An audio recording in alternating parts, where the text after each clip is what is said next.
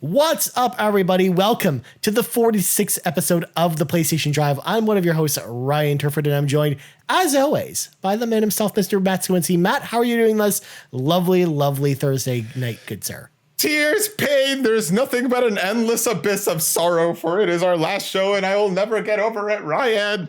Yeah, now to preface, not the last show ever. Just the last show where it's my last show this week. I'm officially handing over the reins of the PlayStation Drive to Matt and the mysterious co-host, which you'll find out about next week. Because obviously we should get into segue cleanly into the cleaning the garage section. Next week, Yumi Capri Day is happening on April 15th, 12 p.m. Eastern Standard Time, youtube.com/Yumi Capri. Our show would normally go up Friday morning, but we're actually going to be announcing the new co-host during the Yumi Capri Day live stream.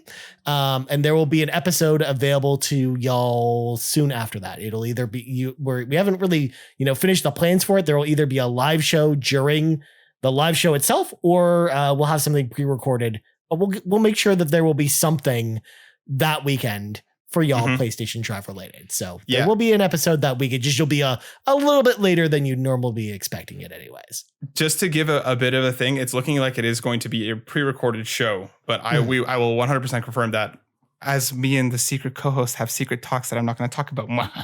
Yeah, exactly. But either way, secrets. You'll see something from us that weekend, and we will be announcing the co-host during the PlayStation Drive or during the Yumi Capri Day live stream next week. So if you want to come watch that, combined with the fact that it's also going to be just an awesome day in general, 12 p.m. Eastern Standard Time, April 15th, youtube.com/Yumi Capri. We will be live streaming the whole day, doing, live podcasts.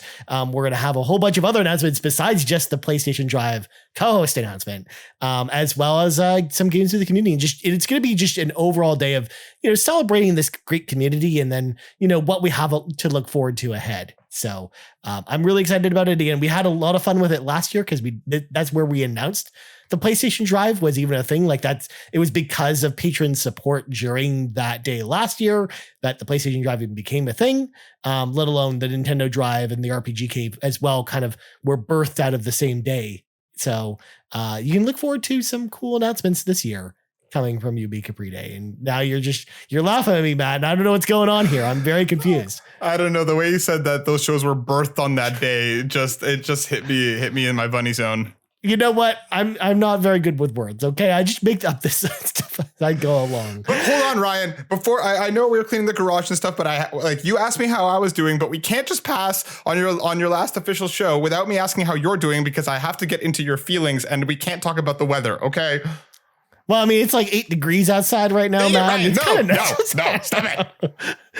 I mean, I'm doing okay. I mean, I'm a little bit sad because this is my last show, but I know that, the show is going to be in good hands, first of all. And I know that, it's going to be for the better. I think it's going to be a good change for not just myself, but for the show itself. I think it's going to go a long way. So I am sad about that, but I'm also really excited for, what's coming next, essentially. So yeah, I mean, and again, we'll talk about more in the future. And again, I'm also not treating this as the end, Matt, because, you're not getting rid of me this easily. I'll probably be back at some point. So, I mean, it's just one of those things where we won't be doing this every single week. I won't get to, have our, fun chat with you every Thursday, but I know that, this won't be the last time you and I do podcasts together, let alone the last time we do even this show together. So there you go. Wink, wink. Yay, we'll real talk about feelings. That in the future. Real feelings. I mean, you never know, Matt. I mean, maybe my real feelings were just the weather, but we'll see. Anyways, we should probably get into things. So let's finish cleaning the garage. Cause again, there's like tires and we don't want our snow shovels just cluttering up this garage. It's springtime. So folks at home, if you want to support the show, there's a number of ways to do that. Number one, click that subscribe button, whether you're on your podcast feed of choice, or if you're watching us on YouTube.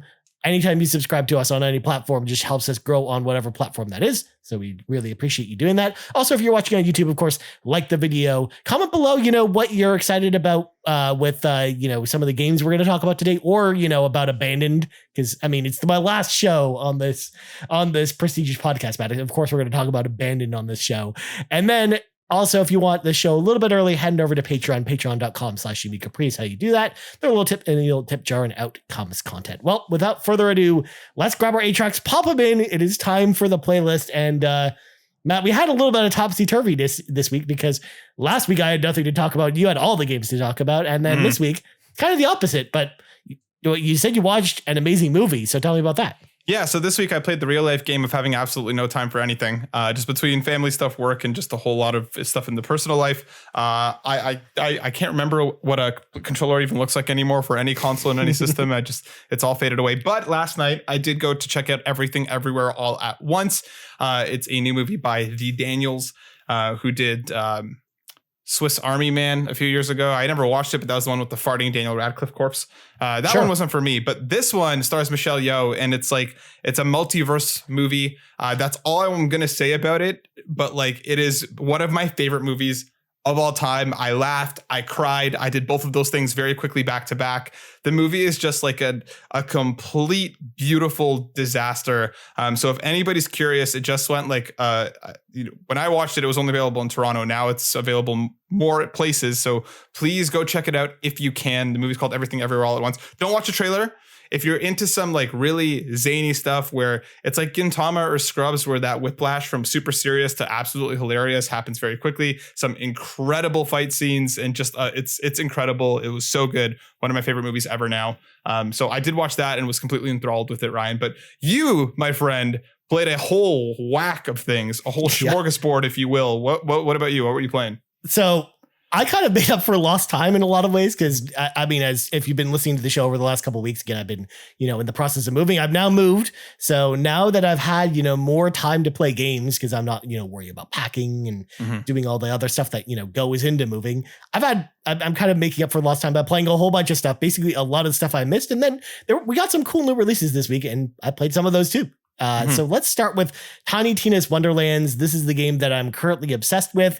I'm having a lot of fun with it. And I've talked about it on other shows before, but I'll reiterate it here. I mean, Borderlands as a series is a series that I like. I like the combat in Borderlands, and I kind of like the looter shooter kind of, idea to the game. But I wasn't really super really overly wild with the setting in Borderlands. I liked it for the first and second games, but when you got to Borderlands 3 and Borderlands the pre-sequel, and I felt like it was the formula for Borderlands was really samey. Combined with the fact that the previous games in the series I always found were not very good for solo players because I don't really play these games co-op. I just don't really play games co-op that often. And Borderlands has never been a game that I've really tried co-op. So in the older Borderlands games, I always find you get to the 10-hour point and then you die very easily, and it's really poorly scaled for solo play. Whereas Tiny Tina is kind of the opposite of that, where I think the change in locales and settings has really helped kind of give a nice refresher for the game, where now it's in a medieval setting as opposed to in this desert planet kind of sci-fi setting. Yes, you still have guns. But, as Tiny Tina points out in the games, when someone asks her why this game has guns, they're just don't worry about it. I mean, it's very silly in tone, and it's just over the top. And the story is just okay. I think it's fine. It exists, but the gameplay is just so fun. And I think the way that the game is balanced for solo play is just so much better than any of their previous entries. I haven't really had to turn down the difficulty or anything like that. I'm just playing on, normal difficulty, and I'm 15 hours in and I'm not finding the same problem I used to find before. And I'm just having a blast with this game. So it's a lot of fun. I'm really enjoying it. And it's definitely one of the better games I think I've played this year so far. So I'm really enjoying it. And if you like Borderlands, I think this is going to be totally up your alley. And I think it's just a refreshing take on that series. And I'm interested to see where they kind of go with the Borderlands series from here. I would always love to see them go in a different setting, even from, Tiny Tina or Borderlands, the previous series, with the next game. Do something completely different with it. Maybe a Wild West or something like that. Who knows? But something different. Cool. But then next up, I played the cinematic masterpiece, Matt. That is Stranger of Paradise Final Fantasy Origin, because, Matt, I have in fact killed Chaos. No. I've killed Chaos. I beat that game. I really enjoyed it as well, believe it or not. It's silly and goofy, and the memes don't stop. like past the part in the demo, and there's a lot of really stupid stuff in the game, but man, I just had a really good time with it. With the combat, like I just turned my brain off when it came to the story, and as long as I went in with that expectation, and I'm glad that they at least showed that was kind of the tone from the marketing going to it. Because if I was someone who, first of all, I love Final Fantasy as a series, and if I was going into this knowing that it was a Final Fantasy 1 prequel, but then not knowing that it was going to be like a jokey take on it going into it, I probably would have been a lot more upset with the game, and being like, how dare they do this to Final Fantasy? But knowing going into it, it's kind of this alternate history take on the Final Fantasy 1 universe. And then it being this overly jokey thing going into it, I'm less upset about it. And I just had a great time with it. I just had a blast with the combat. I think was really fun overall. And again, I love Team Ninja and I like the Neo games, which is kind of where the combat in this game is really based off of. So if you like, Neo, but want something a little bit easier and you don't mind, the overall silliness of the fact that Limp Bizkit exists in the same universe as Final Fantasy, I mean, this will be a great game. Matt, go ahead. I'll take a question from you at the press pool. Yeah, this is Matt from the press pool. I have a quick question. Does the story, even like with the silliness being ingrained into it, and like you said, I agree with you. I think working into the marketing was the right way to set expectations. Do you think it eventually delivers to not necessarily to the scale of a Final Fantasy 1 prequel, but like when the game ends, were you happy with the ride that you had, ridiculous or not, as a fan of Final Fantasy? Like, do you think it's maybe not a worthy entry into the series, but do you think, was it good enough? Yeah, it was worthy in the same way that I felt playing like Star Wars Extended Universe games back in the day, like Jedi Knight or Dark Forces or something like that, where the stories themselves, like you knew they weren't really connected to the main story of Star Wars, but they had like the Star Wars flavor to them. And you'd had a good time with them. And that's kind of how I felt about this, where the story itself had the Final Fantasy flavor to it. And basically you get to find out the origin of the main villain from Final Fantasy 1, or at least this universe's take on that idea. But I like that about this game, where I kind of like that it's tied into the Final Fantasy universe in a lot of great ways. But it's also not trying to replace, any of our memories with the previous games. It's just doing its own thing. Cool. So that's why I felt like I could separate myself from it a lot better or a lot easier than a lot of other things because if it tried to take itself too seriously, but then fell flat, I think it would have been a bigger problem than this kind of memey jokey thing, especially again, setting the expectation going into it, that's the experience you're getting with this game. So cool. Either way, I actually liked it more than I thought it would. And I thought it was a great get. Next up, last night, Chrono Cross, the Radical Dreamers edition came out. This is a remaster of Chrono Cross on the PS1, which is one of my favorite games of all time. So you knew I had to at least jump into this remake because I didn't touch the base game other than playing through kind of the prologue section. I did play the prequel that's included with this called The Radical Dreamers, which first debuted on the Satellaview in Japan, which for folks that don't know what that is, that was essentially a networked service available on the Super Famicom in Japan only. So it never actually made it to North American shores, and there were certain games that were exclusive to it, including Radical Dreamers, which was essentially the game that inspired Chrono Cross to happen, where it basically takes place in the same world with some of the same characters from Chrono Cross. And it's kind of like its own like one-off text adventure, essentially.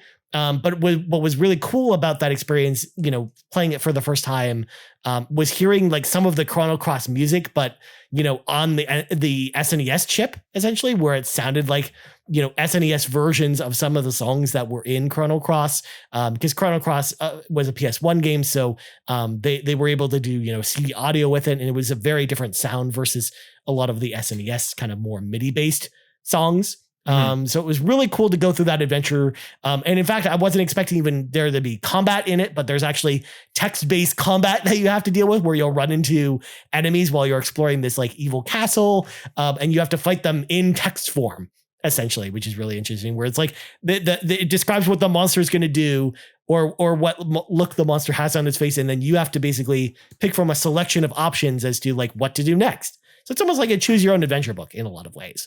So okay. I really like that. It was really cool to kind of go through And it kind of connects like the world of Chrono Trigger and Chrono Cross together in a nice way if you haven't actually played Chrono Cross before. Because those two are connected in the main game. But this does a further job of kind of, reinforcing that. But otherwise, with the base game, for the most part, you are pretty much getting a straight port of the original version with some touched up graphics and some new features, like the ability to skip combat in certain combat scenarios, or to basically turn on like God mode essentially, or to have like save states so you can kind of save anywhere.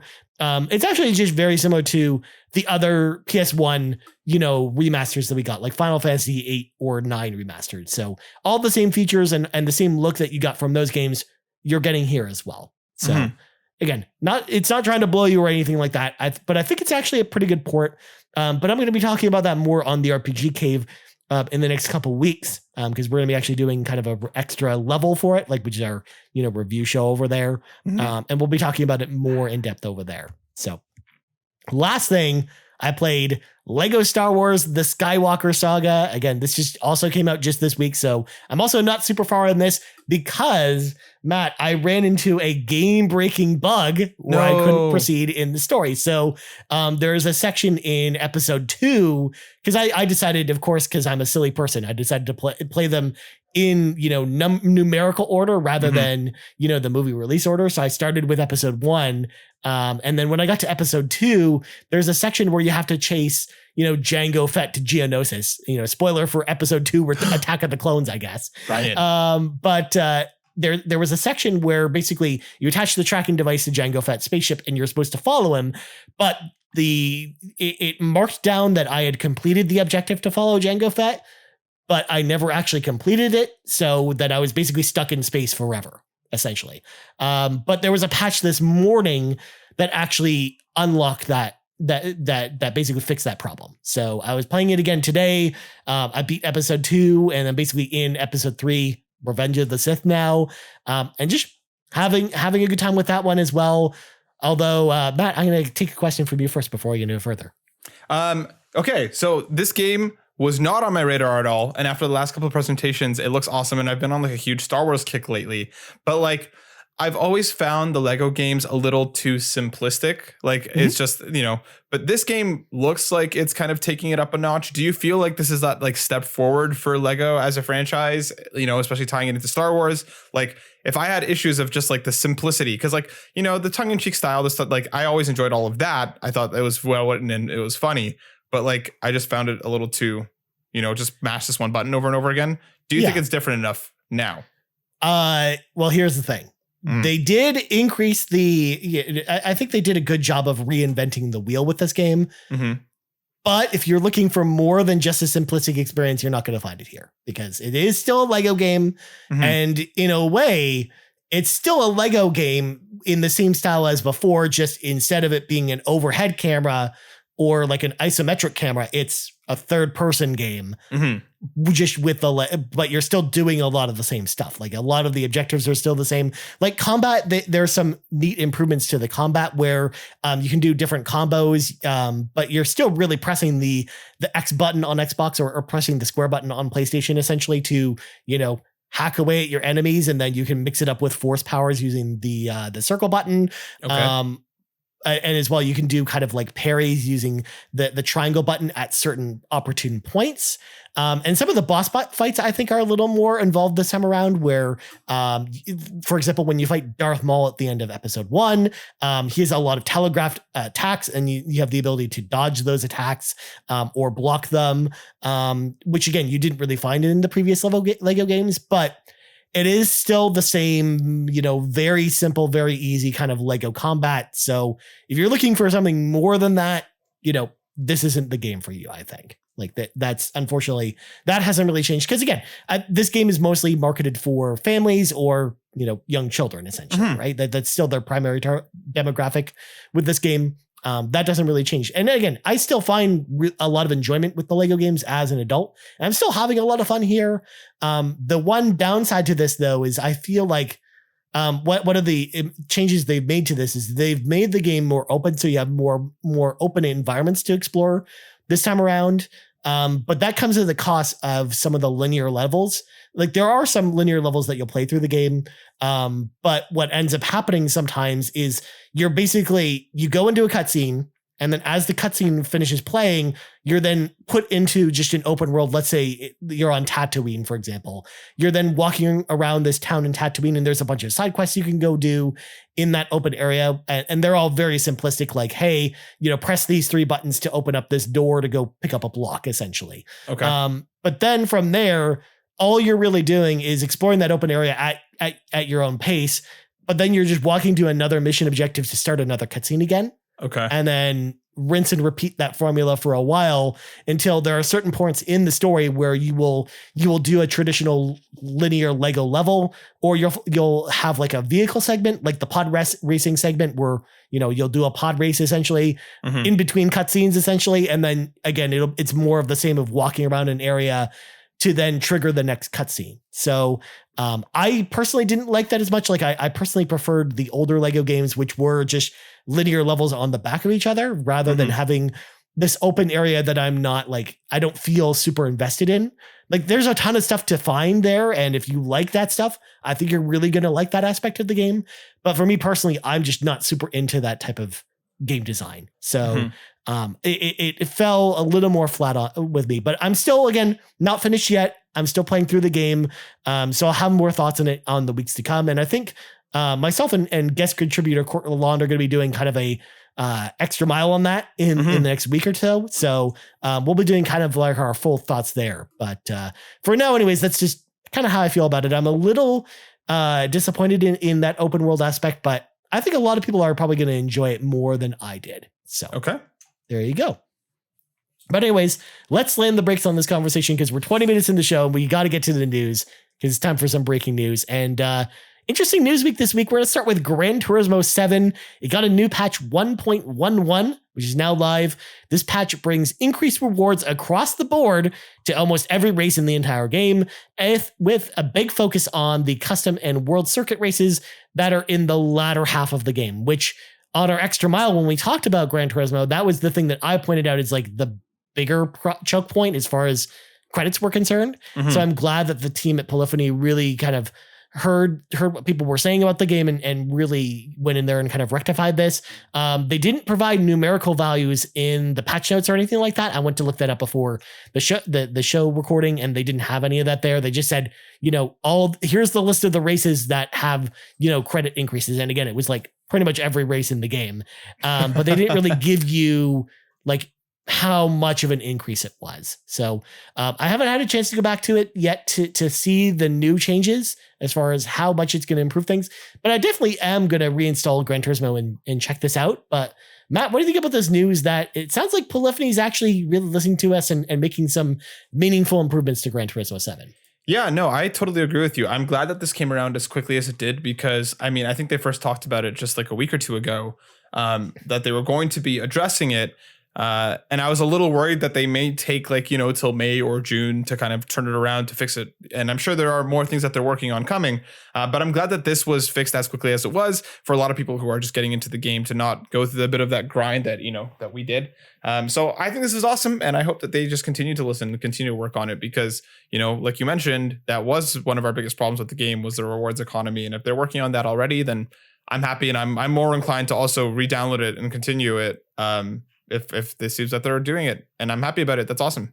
Yeah, like this definitely should help with like if you're playing the campaign for the first time, or if you just picked this up a couple weeks ago and you're playing through it, like this should definitely help out at least a little bit the grindiness that is kind of the second half of the campaign, or at least that's what I'm hoping for. Anyways, like I hope that it takes a little bit of like stress off of the player in that way. And yeah, I'm just like you. I'm glad that they were able to turn this around so soon. I think this is a great sign for the game to come, and I just hope that they make meaningful tweaks like this going forward.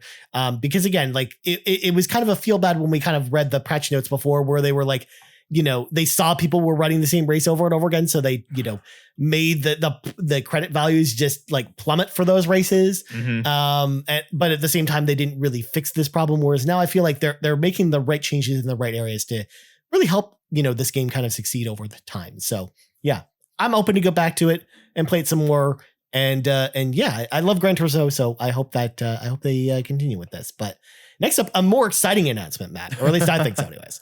Remedy Entertainment have announced a new agreement with Rockstar Games to remake Max Payne and Max Payne 2, The Fall of Max Payne.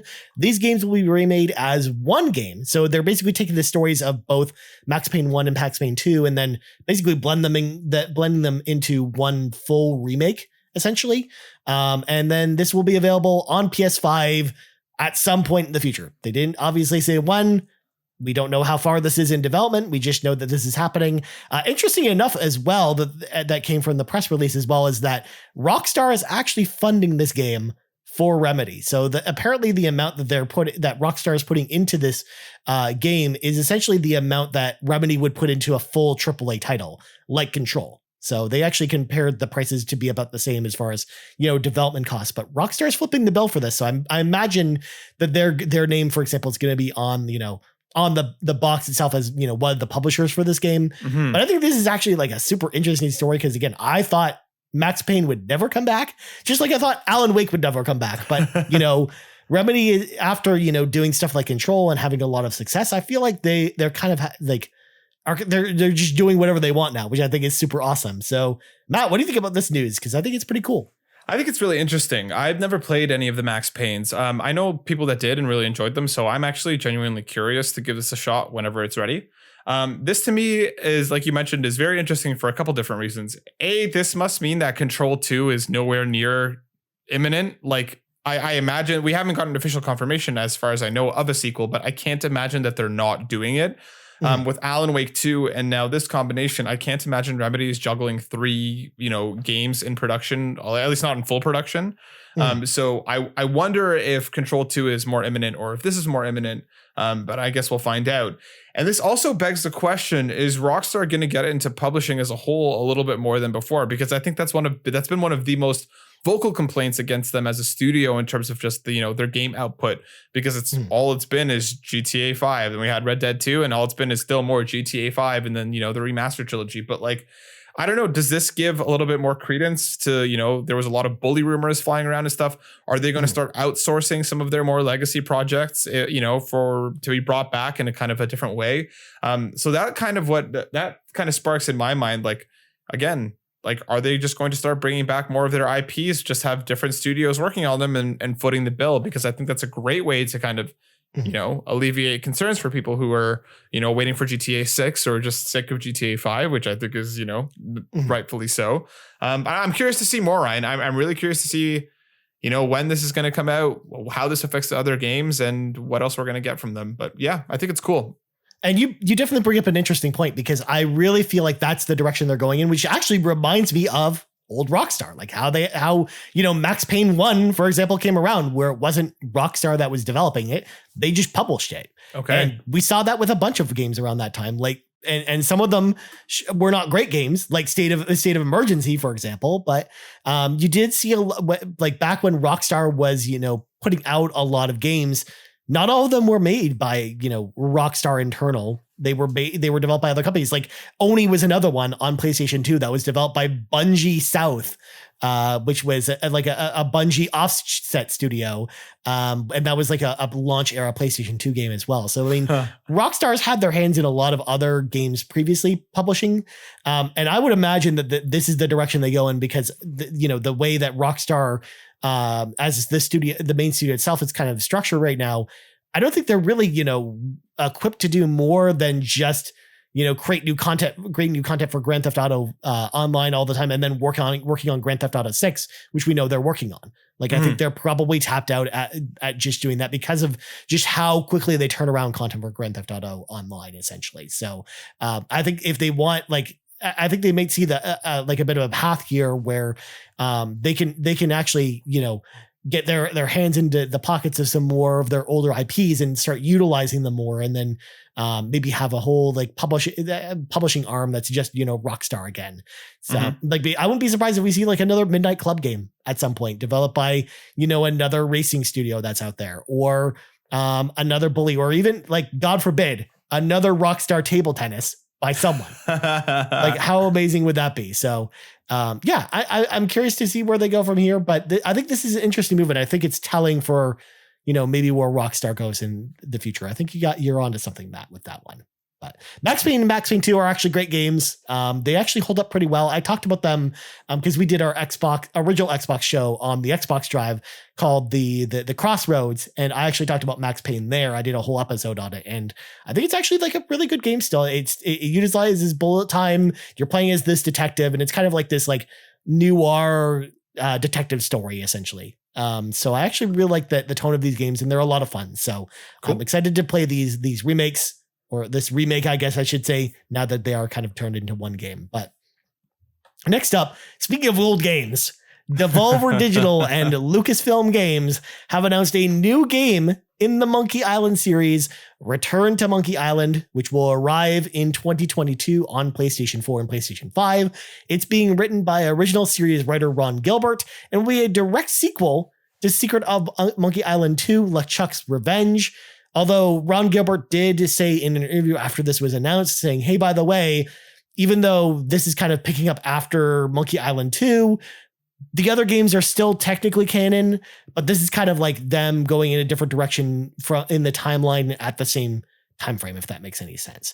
So it's not like them discounting the fact that or pretending like the Telltale, Monkey Island games didn't exist or some of the other sequels didn't exist, but they're kind of like starting fresh. It almost kind of reminds me of like what we're seeing in movies now with stuff like Halloween, where they're kind of like sequels to like an earlier part of the timeline, essentially, is what this kind of reminds me of. But this is a game that I'm interested to see what they do with this, because I'm of two minds with it. Number one, I think point and click games, I think actually are pretty well done today. Like we see them more in the indie space versus, the AAA space, mind you. But I think we've seen some good modern, point and click games.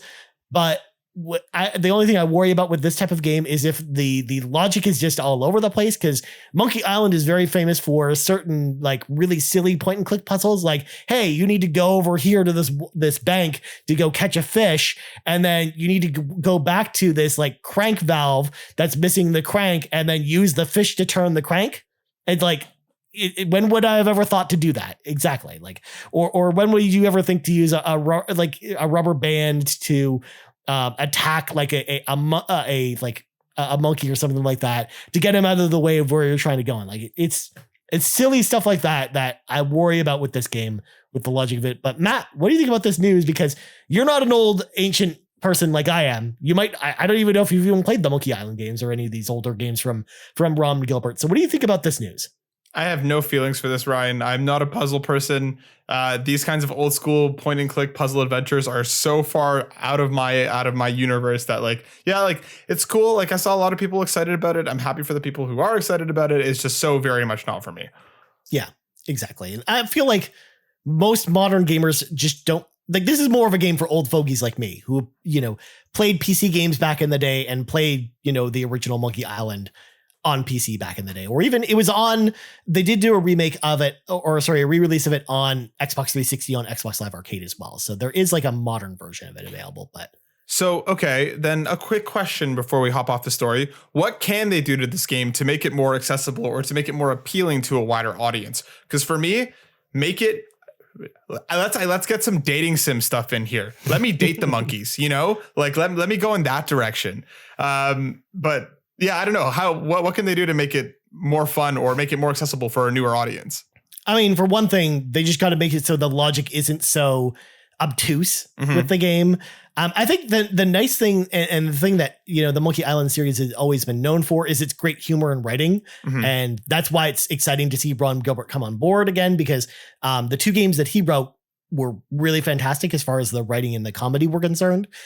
So I'm not worried about that, the story itself maybe appealing to modern gamers, but I think just the gameplay itself, like there's got to be, they have to just make the gameplay very intuitive and easy to pick up, I think is what they need to do with this game as far as the gameplay is concerned. Okay. At the same time, people aren't into point and click games like you or a lot of other people out there, because again, I think it's a very niche genre, just aren't going to be into this type of game. And I don't know what they could really do to win those people over, unfortunately. Because and ultimately this sounds like it's going to be a very old school game from the way that, Ron Gilbert's kind of talking about this. So I imagine that they probably don't go too crazy. Unfortunately, they don't add any Daytons and stuff where, again, Monkey Island's mostly not about monkeys, but mostly about pirates. So at the same time, they're not going to have the ability for, Guybrush Threepwood, which is the name of the main character, to go date pirates or anything like that. I don't think that's going to be a mechanic in this game, unfortunately. Dang. So there's going to be no waifus either. So yeah, who knows where they go with that. Pass.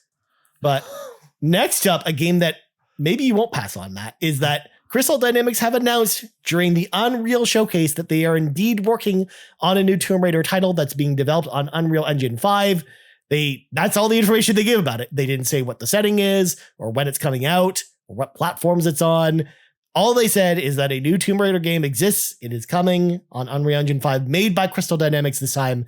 So not Eidos Montreal like the last game with Shadow of the Tomb Raider. Does this announcement do anything for you, Matt? Because it's so weird to get excited about an announcement where you know literally nothing about it. But yeah, for me, I really enjoyed the reboot. I was not as big as of a fan of Rise, and then I never played Shadow, just because I liked the smaller scale of the original and the kind of smaller environments. I think they kind of went a little too big with Rise, and then with Shadow, it just kind of I fell off of I just never even ended up playing it. So I kind of hope they go back to that style. But Unreal Engine 5, from what we've seen of it, is beautiful, so I'm sure the game is going to look fantastic. But yeah, I don't know, I'm curious to see. I'm curious what this means for Avengers and stuff as well, because Lord knows what's going on over there. But yeah, it's cool, but I don't know, I'm neutral right now. I'm not hyped, I'm not disappointed, I'm waiting to see more. Yeah, for sure. I'm kind of in the same camp, even though Tomb Raider is ultimately one of my favorite all-time video game series. I love the Tomb Raider games, whether it's the older Tomb Raider games with the tank controls or the newer Tomb Raider games. I like them all. So this news is exciting that Crystal Dynamics is working on another one, because I've always liked their Tomb Raider games, because Crystal Dynamics has been doing Tomb Raider since long before the reboot, because they actually took on the first reboot of Lara Croft, which was Tomb Raider Legend, and they did kind of that trilogy on PlayStation 3, and then they continued with the second reboot trilogy with Lara Croft. And with Shadow of the Tomb Raider, basically the way that game ends is it basically ends at basically right before the original Tomb Raider game happens, because it was meant to be a prequel to those games essentially. Okay. So it's interesting to see where they'll even go with the story at this point, or if this is just going to be another full reboot of Lara Croft, or what the heck they even do from here with this franchise. But I love Crystal Dynamics,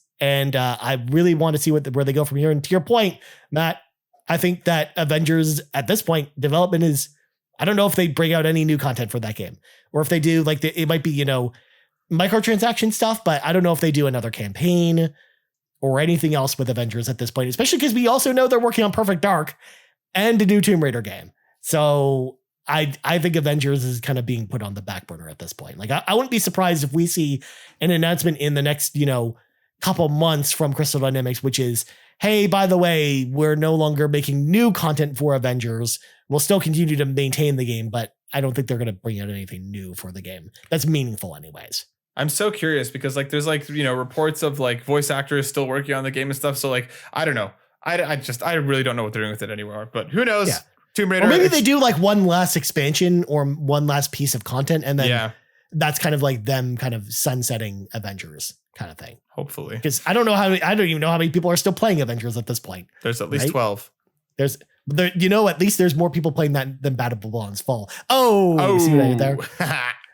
All right, next up, Drinkbox Studios' Nobody Saves the World is coming to PlayStation 4 and PlayStation 5 finally on April 14th. This one came out earlier this year on Xbox because they had a 3-month exclusivity deal because it was also on Game Pass. But now it's coming to PlayStation April 14th. I still haven't played this yet. It's a game that I just came out in January when I was busy with other stuff, and I've just, there's been so many games since then that it's been hard to get to it. So likewise, Matt, I don't think you've played this one either, right? No, it's again, it's one that I was really excited about. It's one that I'm looking forward to play. We just haven't had time, but it looks like there's a bit of a hole in the next few months for some backlog catch up. And this one is definitely on the list. For sure. So we'll talk about that at some point, but it's good to see it at least coming to the console finally, after being, on Xbox before. And then last news story before we get to the farewell news story that we have to talk about after the questions. A sequel to 2016's Hyper Light Drifter has been announced. It's called Hyper Light Breaker, and it will arrive in Steam Early Access in spring 2023. It will come to PlayStation 4 and PlayStation 5 afterwards. It's going to be a 3D sequel to Hyper Life Drifter, but still set in the same world as the previous game with a renewed focus on co-op. So it sounds like it's going to be more of a service-based game, or at least just more of a co-op-based game than the first one. Whereas the original Hyper Life Drifter, for folks that didn't know, is kind of like an isometric, like hack and slash game. It was really hard. But it was pretty fun. It had like a really cool style to it. Had some great music as well. So I'm interested to see what they do with this sequel. Matt, did you play the first Hyper Light Drifter, and what do you think about this sequel? No, again, like this is one that was always on the radar and I just never got around to actually playing because it looks awesome. I'm curious about the sequel. I'm very interested in the kind of complete shift away from what Hyper Light Drifter was into more of this 3D co-op-esque thing. But I'm excited to see more. I think this is cool, and I hope it works out for them because it does look awesome. Nice. Well, let's let some of our friends into the car with us. It's time for the carpool. So let's start with Dano on the Discord, who asks, if Sony made a controller that was identical to the DualSense but wired and $20 less, would you buy it over the wireless controller? Follow-up, would you buy one if it was wired and had back button features for more money? I honestly can't think of a price range for that. So, Dano, I personally, in my older apartment where I had a ton of space in my living room, I wouldn't actually buy a wired controller. But now in my current apartment where I'm much closer to my TV, I actually would opt to buy the wired controller for less if I had to buy a new controller. Because honestly, it doesn't bug me having a wire across my room, especially because, again, now I'm closer to my TV, so I don't have this giant living room anymore. I actually think I would be okay with this. Not only that, but if I'm streaming, or if I have my PS5 in my streaming setup, like, I would prefer that over a wireless controller anyways, because then you don't have to worry about batteries because it's wired and it's $20 cheaper. Like, yes, sign me up. But Matt, what do you think about this question? Yeah, similarly, I think I would buy it. Like, I would buy at least one or two just to have them in case, again, like the batteries in the controller are dying and I haven't charged them, or again, like if I'm not sitting too far away, or even if there's a time that we have friends over for kind of some sort of couch co-op or some multiplayer. So I would definitely buy one, but I don't think it would be my primary method of play. I think it would be more of a backup than anything else. And in terms of like the follow-up, I have never used or seen a need for those back buttons personally. Like even with like the Steam Deck, they has them on them. I've never bothered remapping anything there. Like I just personally don't see the point. But like I know people do enjoy those features for what they are. So for me, the back button would be a pass. But yeah, I don't know, Ryan. What do you think? No, I'm in the same boat. I would probably never use them. So, I mean, as it is, like we already have the attachment for the PlayStation 4 controllers, and I never bought them because same idea. I never really felt like I needed them, unfortunately. So I just don't think we're back button people, Matt. We're not back button people, Ryan. No. And then the last question of the week comes to us from the Muffin Mon, who asks, did either of you stack up PlayStation Now subscriptions earlier this week when the year sub was available through the browser? I grabbed 2 years for $120 so that I can get PS Plus Premium for 2 years when it converts in June. I wasn't going to upgrade, but for half price, how could I not? So unfortunately, I missed this deal when this came around. And by the time I saw it, it was too late. It was already taken down, which makes me sad because now I just, I'm going to be paying full price when it comes out. Matt, I don't think you got to this either, right? By the looks of it? I did. Oh, snap. I did. Yeah, I picked up a year, but I don't know, Ryan. I'm conflicted about this one for the reason that like we still don't know the upgrade path if you are subscribed to PlayStation Plus. Oh, right? we do. Oh, we do. We do. They just have you're at the essential level, the base level. Right. So can you pay can you pay the difference to then upgrade to premium, or are you paying an additional $120? As far as I know of, no. But they haven't. But yeah, you're right. They haven't given that clarification yet. Because that's what I'm curious about. I got it for a year just for the sake of safety, of like in case they do kind of are like, okay, forget it. Even though you have essential, it's going to be another $120 to upgrade. Like for me, that needs to be a thing. That should be a thing. If you already have it, you can just pay the $70 or $80 or whatever it is that they're going to be charging it for, in terms of the difference. So that's why for me, like I got it more as a safety measure than anything else, but like I'm stacked up on Plus for the next few years. So I would hope I can roll those over at a discounted rate because I already have Essential and I just want to upgrade to Premium. So for me, I got one just for, just to be sure, but I hope that's going to be a thing because it seems ridiculous that it wouldn't be. Yeah, likewise, like I basically got roped into, well, not of that, but they're two separate subscriptions right now. Like if you stacked both, like what happens to it? Like, what, are you just going to have, two PlayStation Plus subscriptions? It doesn't make any sense. So, exactly. Yeah, those are the questions we need to hear. Hopefully we hear about them soon. But I know Matt's got to get going soon. But real quick before we go, I had to touch on the fact that it's officially been a year to the date that Abandoned was announced as a project. And of course, this is the official Abandoned podcast where we talk about Abandoned all the time. Yes, I know Hassan from Blue Box Studios did a bunch of interviews this week. We didn't have time to check those out, unfortunately. So we have nothing to say about that. But, it's funny when I look back on the 11 months that I was part of the show, Matt, as a full-time member. And the game that I felt like we were always consistently following during my time on this podcast was Abandoned. So all of our memories of all of our chats of talking about Abandoned, all of our conspiracy theories about it are like some of the memories I will always treasure from being part of this show, because it's just like we talked about it so much on this show over the course of the year. And it was definitely the thing we talked about the most with Abandoned. But can you believe, Matt, that Abandoned is a year old from what we're talking about, the announcement of it anyways? Listen, Ryan, it's been a year since my world got a little brighter. It's been a year since things, every day is just, I wake up and think about Abandoned. And like you mentioned, those interviews with Hassan, I'm sure the ones that went well was because he had the earpiece with Kojima feeding him his lines, and the ones that didn't, the earpiece probably died. So I agree with you all the time. So speculating the tinfoil hats on and off are roller coaster through the beliefs and disbeliefs of what this game is and what's going on with the studio, Ryan. Those were some of my favorite memories as well, because we're the number one Abandoned podcast on the internet, and that's not going to change. So I hope, Ryan, and I don't just hope, I'm going to make it so that next time we get significant Abandoned news, I hope you return to talk about it with us, because it's important, Ryan. It's important. The people want to hear about this. So, well, Matt, I'll clear my schedule whenever that happens. Thank you. How's that sound? We'll make it work. We're done. We're good. Good Lord. But anyways, I can't believe this is the end, Matt. It's official. This is the end of my last show as the co-host of the PlayStation Drive. What an amazing run this has been. I mean, I've really enjoyed doing this show with you, Matt, and even just getting to know you as a person just through the show, and getting, a great friend that we've met in real life and hung out together. And I'm sure this won't be the last time we hang out together in person. And I've really enjoyed just getting to enjoy you, but also having great outlet to talk about PlayStation. And, I will always treasure this experience. And I'm glad that, I hopped on board and did it. And I know that, both you and I are a little bit sad that we're making this change, that I'm leaving, and I am definitely going to miss this every week. But again, I feel like the show is going to be a lot better for it. I feel like the new co-host that I know is coming in here is going to be a great addition to the team. And I think it's just going to be a great, fun overall show altogether. And I'm so excited to be now on the listening end and kind of hear where you guys go with the show from there. And like Matt said, whenever there's Abandoned news, I'll be back or I'll be back some other time. So again, y'all aren't, rid of me yet, but I just want to say thank you to everyone who's given this show a chance over the past year. Again, we're also pretty much coming up on, almost a year since we started the show. And for, giving us a listen, and for even, making your voice heard that you wanted us to do a PlayStation show over at Yumi Capri, because it's something that we never thought we really needed.